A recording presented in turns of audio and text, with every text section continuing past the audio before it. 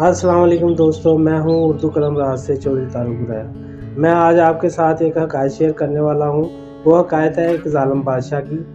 کسی ملک میں ایک ظالم بادشاہ ہوتا تھا۔ وہ اپنی رعایا پہ بہت زیادہ ظلم کرتا تھا اور بالخصوص غریب لوگوں کو تو بالکل ہی وہ جینے نہیں دے رہا تھا۔ ان کے روزگار، ان کے مال، ان کے غرض کے، ان کے چلنے پھرنے پر بھی اس نے اس طرح کے قوانین لگا دیے کہ بس کوئی بندہ اس سے خوش نہ تھا۔ ایک دن اس نے دربار میں ایک بندے کو بلایا اور اس کو اس نے سزائے موت سنا دی۔ تو اس بندے نے اس سے سوال کیا کہ بادشاہ سلامت، کیا آپ نے کسی کو حساب نہیں دینا جو آپ اتنا ظلم کر رہے ہیں؟ تو بادشاہ سلامت نے کہا کہ کوئی ہے مجھ سے حساب لینے والا میری سلطنت میں خود مختار ہوں اپنی سلطنت کا، جو چاہوں کروں۔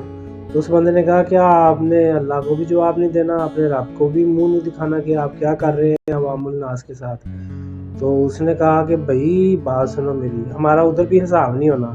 اس بندے نے بڑا حیران ہو کے پوچھا کہ جی آپ کا حساب ادھر کیوں نہیں ہونا، جبکہ انسان پیدا ہوا ہے اس نے اپنے مالک کے حقیقی خالق کو تو حساب دینا ہی دینا ہے نا۔